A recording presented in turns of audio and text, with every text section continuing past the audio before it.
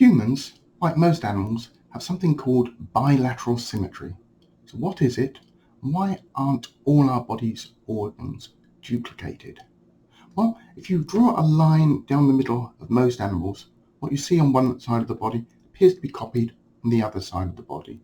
This trait goes back over 500 million years to some of the earliest animals. This bilateral symmetry in humans can clearly be seen in the classic drawing of the Vitruvian Man by Leonardo da Vinci.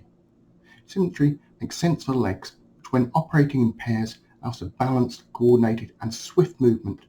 The same is also for arms, as a pair of arms can easily manipulate objects.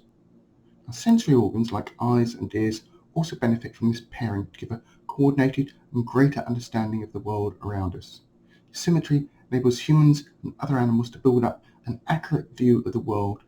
A pair of eyes even giving humans depth perception. The position of the ears allows us not only just to perceive sound, but also the position of the ears allows us to work out which direction that sound is actually coming from.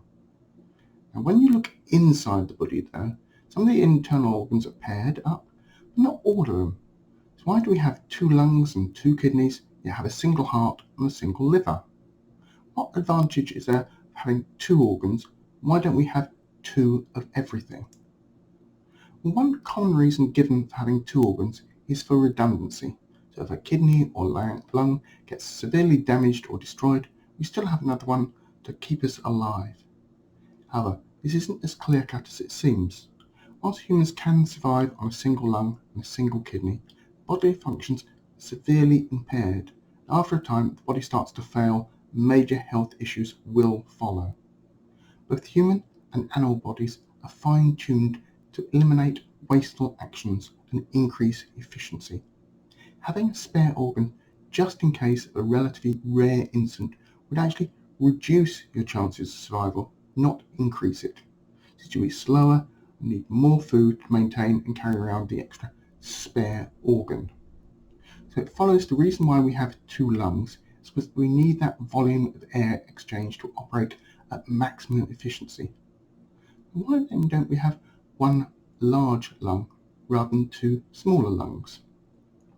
Now, part of the explanation is down to what's happening as the human embryo develops. Basically, humans start off as a kind of long pipe, and specialised organs then branch off from the pipe, later develop into the required organs. Sometimes these branches, or buds, are singular, and sometimes they're in pairs. When they're in pairs, you develop 2 organs, like the lungs.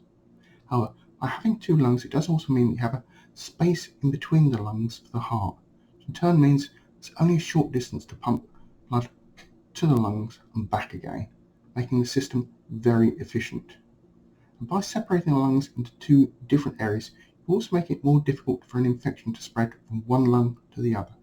So if one lung is impaired by a disease and is operating at a reduced capacity, the other lung can pick up some of the slack until the infection is actually fought off.